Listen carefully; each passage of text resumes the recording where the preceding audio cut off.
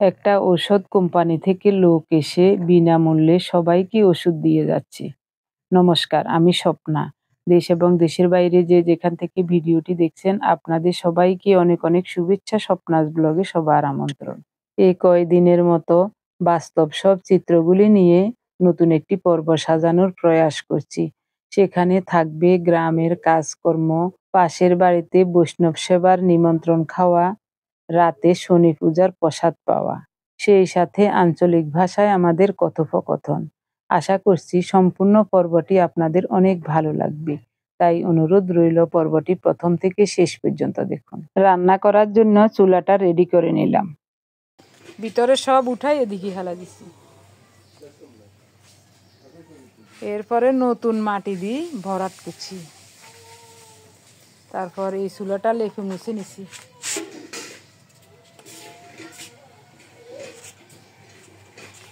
আচ্ছা, ওই এই বাড়িতে যে নিমন্ত্রণ আছে রান্নার লাগবে নিয়ে যে ভাত দোয়া ভাত নিমন্ত্রণ আছে না, বৈষ্ণব সেবার নিমন্ত্রণ যাইতাম না, চলো না যাই তাইলি।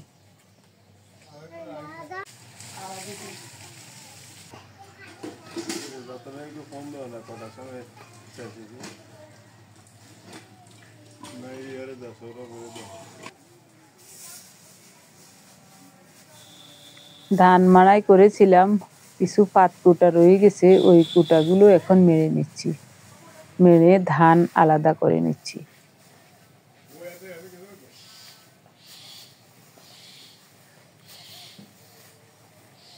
কোন রে মশলা আছে নি? আবার মশলা আছে নাকি?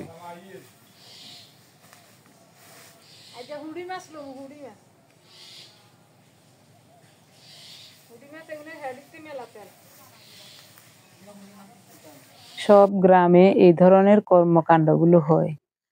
দুইজন লোক আসছে, ওরা নাকি ঔষধ কোম্পানি থেকে আসছে, বিনামূল্যে সবাইকে ঔষধ দিবে। অ্যালার্জি থেকে শুরু করে বিভিন্ন ধরনের রোগের ঔষধ।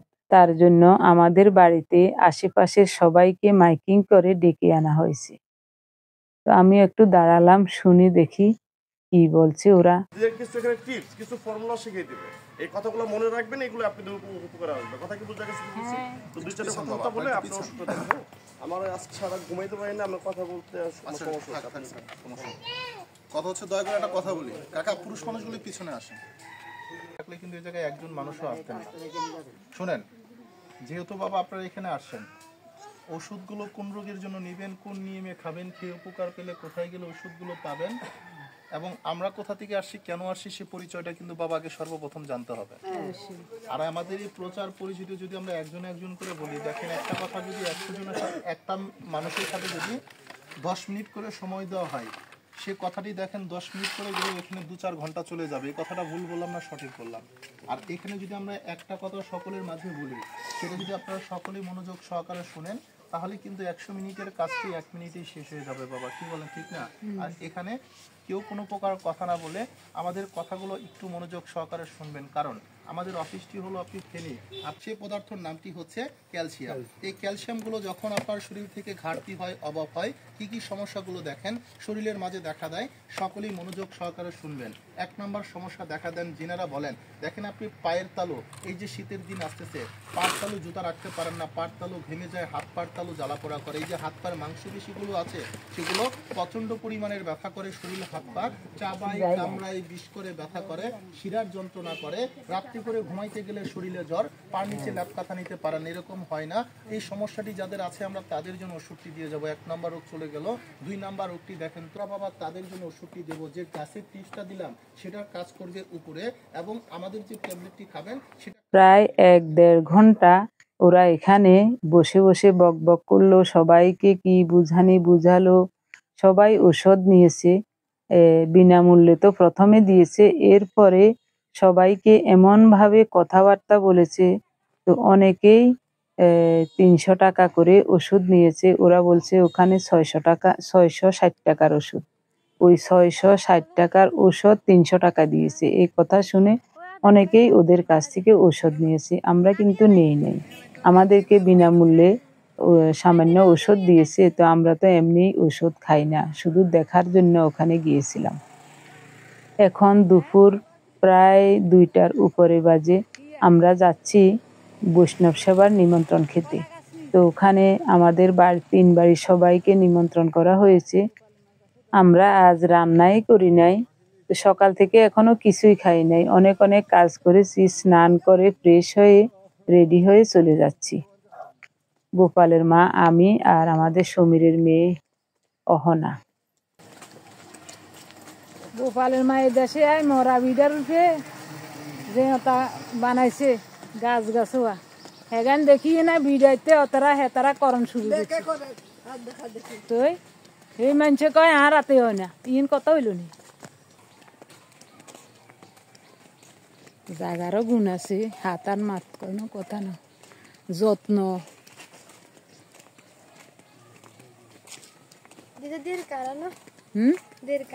ওই হেবার ব্যাকে মিলি ওমাকে কি সুন্দর ইনে এমন সই ধরব দিদি কেন রাস্তার লগে তো সই গাছ, তারপরে ইন্দি আবার লাউ গাছ, দুন্দুল গাছ।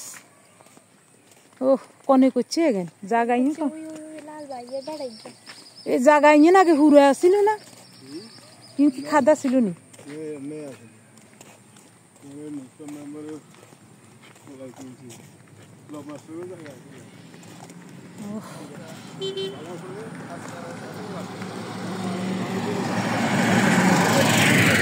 হ্যাঁ হ্যাঁ কার কোনো তো বাইতে সিন ইয়ে মজন লাগলে কোন মাস্টারি করে দিন ইয়ে নি নারায়ণ নারায়ণ নারায়ণের হইতো। আমাদের এদিকে অনেক হিন্দু বাড়ি আছে। তো সামনে যে ছেলেটা যাচ্ছে ও প্রাইমারি স্কুলে শিক্ষকতা করে মহাজন বাড়ির। তো চেনা জানা পরিচিত, ওনার সাথে কথা বলতে বলতে হাঁটছে। ওদের আশেপাশে যত হিন্দু বাড়ি আছে সবার নিমন্ত্রণ হয়েছে বৈষ্ণব সেবার প্রসাদ পাওয়ার। তো সবাই একে একে যাচ্ছে। রে কপাল খারাপ বোন রে, বিয়া শাদি করি যাতে হারিয়ে গেছে গই তার মতন দুঃখী আর নাই।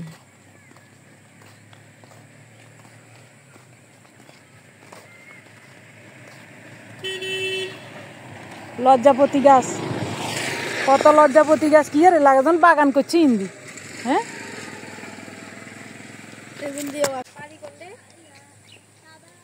ওহ কত লজ্জাপতি।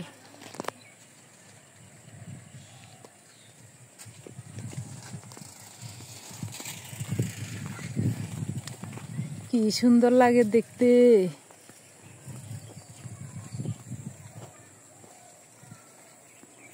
ছবির মতো।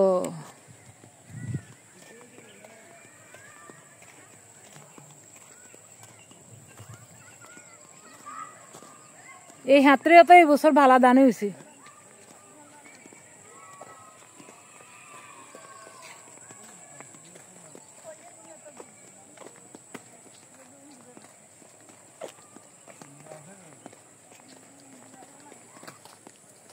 সিম গাছ এমন সিম ধরব কদিন পরে, এটা বাইতে খাওয়াইব নাকি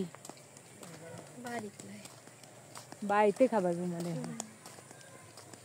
শুরু হয়েছে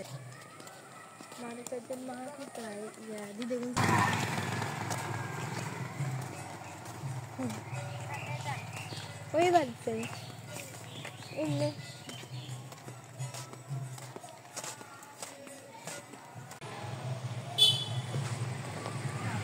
শীতলা মায়ের গাছ কত বড়।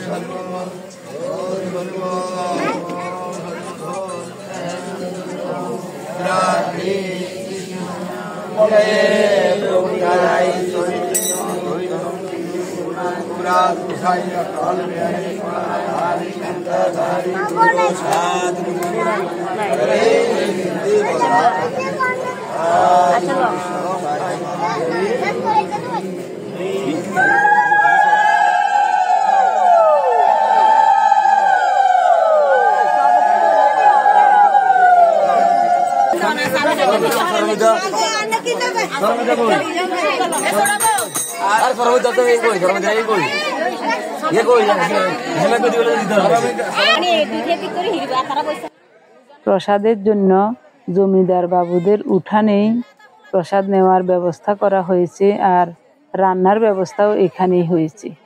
ভোগ হয়েছে ওনাদের উঠানে। তো আমরা সবাই এদিকে চলে আসলাম। অনেকেই বসে গেছেন, প্রায় 3টা বেজে গেছে। আমরা বসতে পারি নাই, আমরা পরে বসবো। প্রতি বছর জমিদার বাবুদের উঠানে বসে আমরা প্রসাদ পাই। বিভিন্ন ধরনের অনুষ্ঠান হয় বা উৎসব হয়। এখানে অনেক বড় জায়গা খালি আছে, এখানে খাওয়া দাওয়ার আয়োজন করা হয়। সামিয়ানা টানানো হয়েছে ওদিকে, ওখানে রান্না হয়েছিল। এই হলো জমিদার বাবুদের বিল্ডিং, 100 বছরের পুরানো বিল্ডিং। বাবু বরদা প্রসন্ন এবং সারদা প্রসন্ন, এনারা 2 ভাই জমিদার। এখন ওনারা কেউ নাই, ওনাদের আওলাতেরা মনে হয় কলকাতা আছে, বিভিন্ন জায়গায় নাতিপুতিরা আছে অবশ্যই। উনি কোনো রকম বসে গেছে ওই ছেলেটার সাথে, আমি বসি নেই। এসব অনুষ্ঠানগুলোতে আসলে গ্রামের অনেক মানুষের সাথে দেখা হয়, কথাবার্তা হয়, খুব ভালো লাগে, খুব আনন্দও লাগে।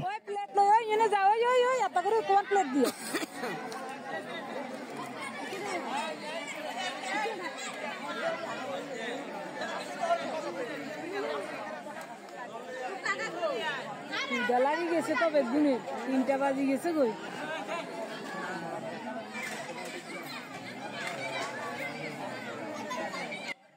জমিদার বাবুরা অনেক অনেক সম্পদ ফেলে গেছে, এমনিতেই ফেলে গেছে। ওইসব সম্পদ কেনার মতো গ্রামের কারোরই সাহস ছিল না, অত টাকা পয়সা কারো কাছেই ছিল না। ওনারা এমনিতেই ফেলে গেছেন। ওইসব জায়গা সম্পদের উপর কত মানুষ বাস করছে, কত মানুষ ওইসব জায়গা দখল করে ভোগ করছে, তার কোনো সীমা নাই। জমিদার বাবুদের জায়গার উপরে high school, primary school, Kalidaha Bazar, তারপর হসপিটাল, রেল স্টেশন, সব কিছু ওনাদের জায়গার উপরে। আবার এদিকে বিশাল একটা বাড়ি, পিছনে আশপাশে যত জমি ছিল সব ওনাদের ছিল। এখন অনেকেই এগুলি দখল করে খাচ্ছে, এই অবস্থা। তো বৈষ্ণবদের রান্না বান্না হয়ে গেছে, ব্যঞ্জন রান্না হয়ে গেছে, অন্নটা রয়েছে মাত্র। অন্ন মনে হয় 2 সসপ্যান রান্না হয়েছে, আরগুলি বসিয়েছেন। কারণ শীতকাল আর লোকজন কতটা হয় না হয় সেই হিসাব করে অন্ন রান্না হচ্ছে। এটা হলো লাবড়া, রান্না হয়েছে কচুর শাক, লাবড়া, শসা দিয়ে মুগ ডাল, সয়াবিন দিয়ে আলুর দম, জলপাইয়ের টক, পায়েস, অনেক আয়োজন করেছে। এটাই হলো জমিদার বাবুদের উঠোন, ঘরে ওঠার সিঁড়ি। ওনাদের ঘরের সামনে বিশাল বড় একটা আম গাছ। এখানে সব রান্নাবান্না হয়। যখন এখানে বড় উৎসব হয় তখনও এই জায়গাটায় রান্না করা হয়। এটা হলো দরজার সামনের সাইড। বিল্ডিং এর সামনে একটা জলের ট্যাঙ্কি বসানো আছে। বিভিন্ন সময় এখানে অনুষ্ঠান হয়, পূজা হয়, তার জন্যই সব ব্যবস্থা করাই আছে। দরজার মতো দেখা যাচ্ছে, এগুলি হলো আসলে কাঠের বড় জানালা। আমরা যখন কুষ্টিয়া রবীন্দ্রনাথ ঠাকুরের কুঠিবাড়িতে গিয়েছিলাম দেখতে, তখন ওখানে দেখেছি এরকম জানালা, একেবারে ফ্লোর থেকে উপরে দরজার মতো অনেক বড় জানালা। ওই সিস্টেমে এখানেও করা হয়েছিল কত শত বছর আগের। এটা হলো ঠাকুরঘর।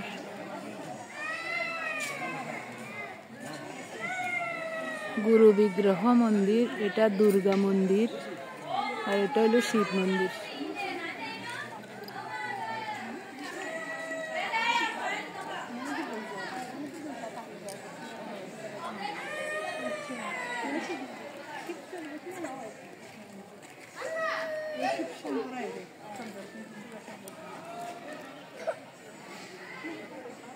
বিল্লতলা, বেল গাছের গোড়ায় খুব সুন্দর মতো বেদি করে দিয়েছে।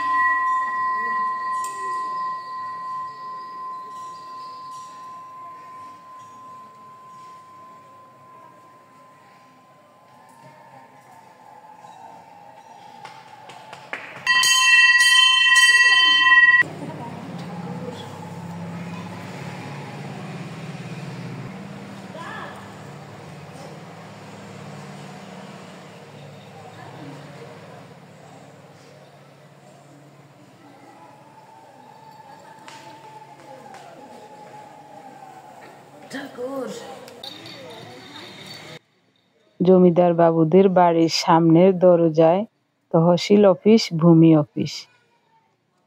ওনাদের আমল থেকে এখানে অবস্থিত। সামনে বিশাল বড় পুকুর। যতবারই আসি দুই একবার জমিদার বাবুদের উঠোনে বসে বিভিন্ন ধরনের পুজোর উৎসবের প্রসাদ পাই। আপনারা যারা সব সময় আমাদের ভিডিওগুলি দেখেন আপনারা নিশ্চয় জানেন, সব কিছু দেখিয়েছিলাম। তো আজও সামান্য একটু দেখাচ্ছি। প্রথম বেশ উঠলে পরে আমরা প্রসাদ নিতে বসবো, এই সুযোগে এই জায়গাটা একটু ঘুরে যাচ্ছি। বিল্ডিংয়ের দেয়াল ফেটে গাছ উঠে গেছে, নিচ থেকে গাছ উঠতে উঠতে একেবারে উপরে উঠে গেছে। গাছের শিকড়গুলিও এক একটা মোটা রডের মতো, এত শক্ত। অনেকেই বলা বলি করছেন এই শিকড়গুলি বিল্ডিংটাকে এখনো ধরে রাখছে।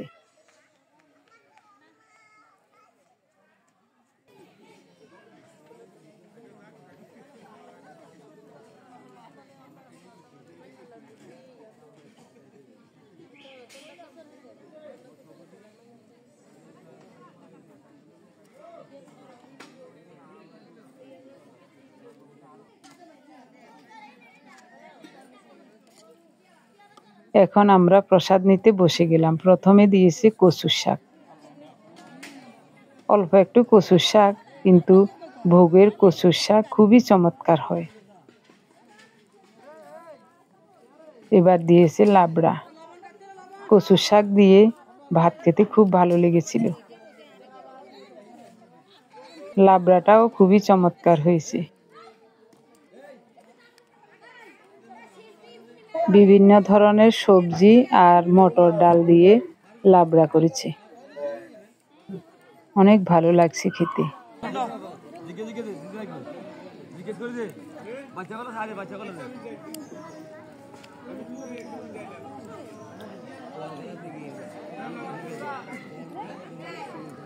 সয়াবিন দিয়ে আলুর দম, এটাও ভালো হয়েছে।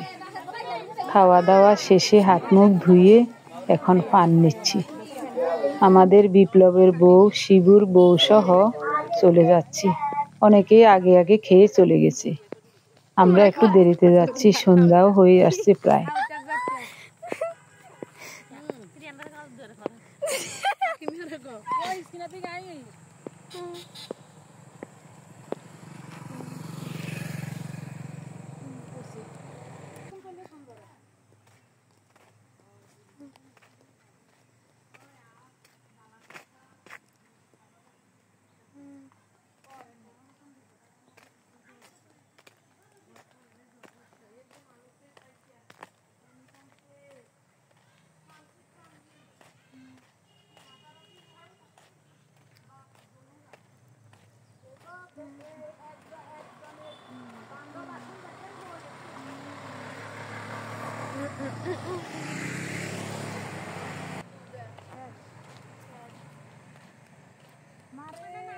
হাঁটতে হাঁটতে বৌমাদের সাথে গত পরশুদিনের ভূমিকম্পের কথাই বলছিলাম। ভয়াবহ ভূমিকম্পে পুরা বাংলাদেশটা কেঁপে উঠেছিল, বিশেষ করে ঢাকা শহর। অনেক ক্ষয়ক্ষতি হয়েছে, কয়েকজন মানুষও মারা গেছেন।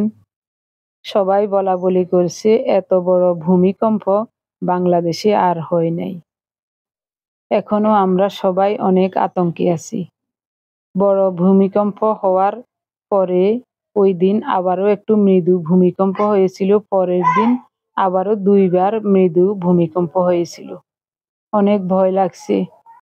সৃষ্টিকর্তার কাছে একটাই প্রার্থনা, তিনি যেন আমাদের সবাইকে রক্ষা করেন। চন্দনের মা আসছে আমাদের সবাইকে মিষ্টি দিতে। আমাদের পাশের বাড়ির সুমনের ছেলে হয়েছে, তো আজ হসপিটাল থেকে বাড়ি এনেছে, তার জন্য 3 বাড়ির সবাইকে মিষ্টি খাওয়াচ্ছে। এ হলো মিঠুনের মা। আমাদেরকে দেখে ও ধারের উপর বসে বসে গল্প করছে। মিঠুনের মা আমাদেরকে অনেক ভালোবাসে, শ্রদ্ধা ভক্তিও করে। ও বাড়ি থেকে এসে শাড়িটা চেঞ্জ করে এখানে বসছিলাম, তো চন্দনের মা মিষ্টি দিয়ে গেল। আমরা অবশ্য মিষ্টি খাবো না, মিঠুনের মাকে একটা দিয়েছি, গোপালের মাকে একটা দিয়ে দিয়েছি। 2টা করে সবাইকে মিষ্টি দিয়ে যাচ্ছে। আমাদের এদিকে 3 বাড়িতে অনেক গৃহস্থ, 2টা করে মিষ্টি দিলেও 3 কেজির মতো মিষ্টি লাগবে।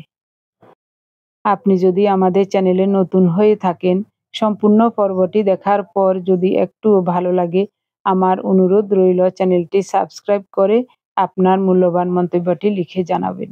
ফেসবুক থেকে ভিডিওটি দেখে থাকলে পেজটি ফলো, লাইক, শেয়ার করে আপনার মূল্যবান মন্তব্যটি লিখে জানাবেন। যে কোনো গঠনমূলক মন্তব্য করতে পারেন, কোনো সমস্যা নাই।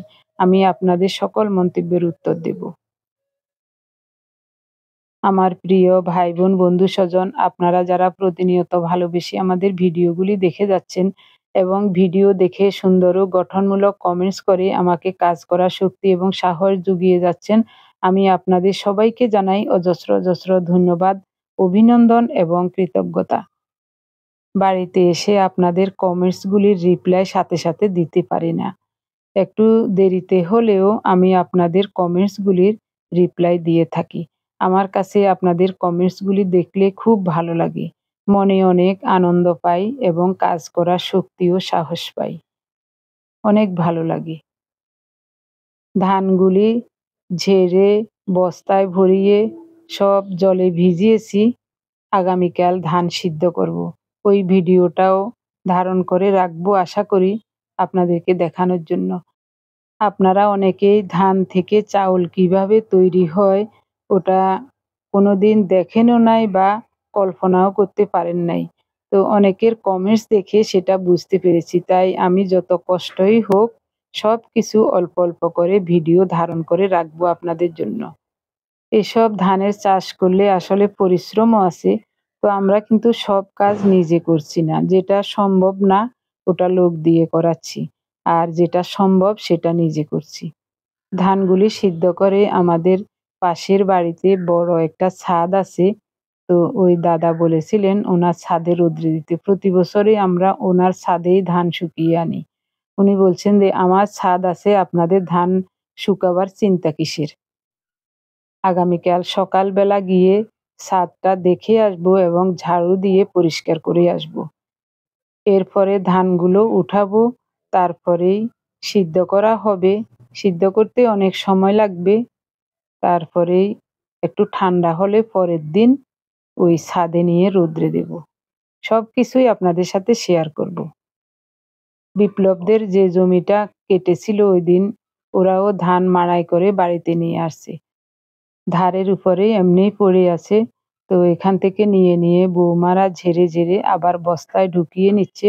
কিছুটা ধান শুকাবে আতপ চাউল করার জন্য, আর কিছুটা সিদ্ধ করবে ভাত খাওয়ার জন্য। সেজ বৌমা আর ছোট বৌমা, একটা হলো শিবুর বউ আর একটা হলো বিপ্লবের বউ। লাল শাড়ি পরা এটা হলো বিপ্লবের বউ, আর কালো শাড়ি পরাটা হলো শিবুর বউ। ওরা 4 জা, 4 ভাই, মা বাবা সবাই এখনো এক পরিবারেই বাস করে, একান্নবর্তী পরিবার। এটা হলো গোপালদের ঘর, পাশেই আমাদের ঘর। এদিকে রান্নাঘর ছিল, রান্নাঘরটা ভেঙে গেছে। আমরা তো বাড়িতে থাকি না, আম কাঁঠাল পড়ে অবহেলায় অযত্নে ঘরটা ভেঙে গেছে, কিন্তু ভিটি ফাঁকা থাকাতে এখনো ওখানে রান্না করা যায়। তো আমি বাড়িতে আসলে ওই আমাদের রান্নাঘরের ভিটির উপরে চুলা বসিয়ে ওখানেই রান্না করি। এবার বাড়ি এসে দেখি আমাদের বড় চুলাটা ভেঙে কুকুর ওখানে বাচ্চা দিয়েছে। তো দেখে আমার কাছে খুব খারাপ লাগছিল, আবার ভালো লাগছিল, ওরা নিরাপদে আছে ওখানে। পরদিন কুকুরের বাচ্চাগুলো সরিয়ে আরো নিরাপদ জায়গায় রেখে আসছি, এখন ওখানে ওরা ভালোই আছে। এরপরে চুলার মাটিগুলো খন্তা দিয়ে কুড়ে সব ফেলে দিয়েছি।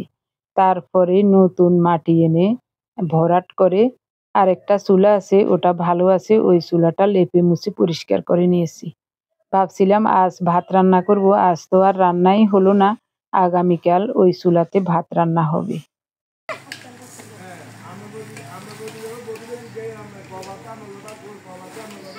ওইসব কি অরে চাতে কি অরে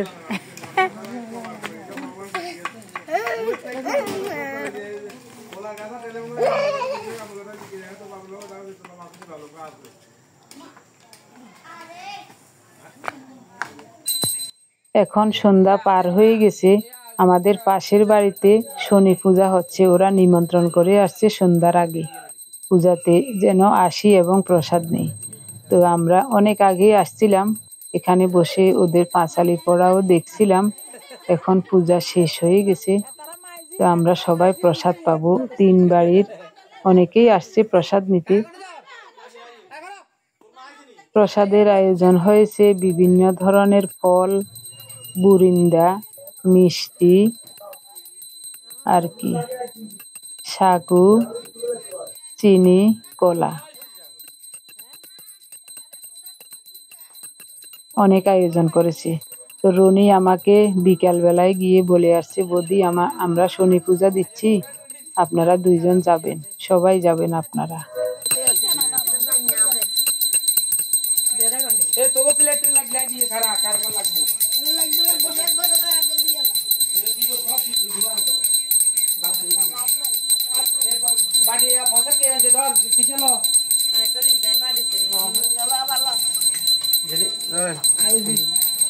বাড়ি লাগবো নি এনে তোমারি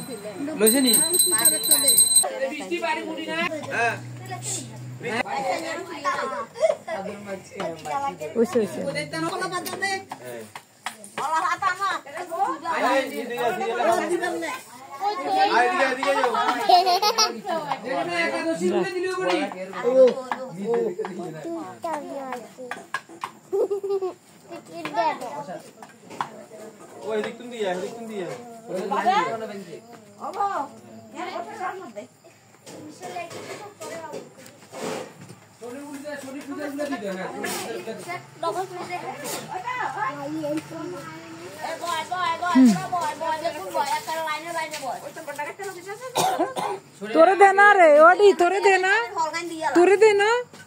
আরে মাইয়াগারে দর্শন করে রে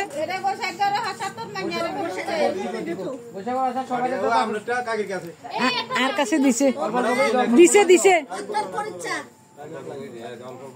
ও তোমার মোবাইলে আলো নিব না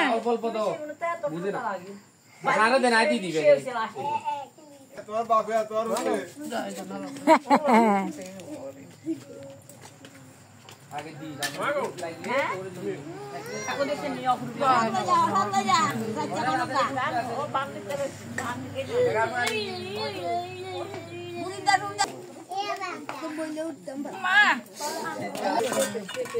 আইন ভঙ্গ করবেন না দয়া করে আইন কিনলে ভঙ্গ করো আরে ঠেলি ঠেলি হালাই দে মামা আর কত দিলে কাকিমা আঙ্গ দোনো গাল্লা দিন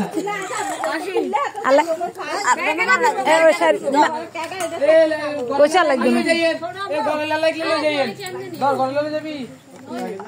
না আরো মিষ্টি বেশি নি বুড়িন্দে আছে তো তুই এখন খো আমার প্রিয় ভাই বোন বন্ধু স্বজন, প্রতিদিনের মতো আজকের পর্বটিও কেমন লেগেছে কমেন্টস করে জানাতে ভুলবেন না। সবাই ভালো থাকুন, সুস্থ থাকুন। দেখা হবে আগামী পর্বে। ধন্যবাদ সবাইকে।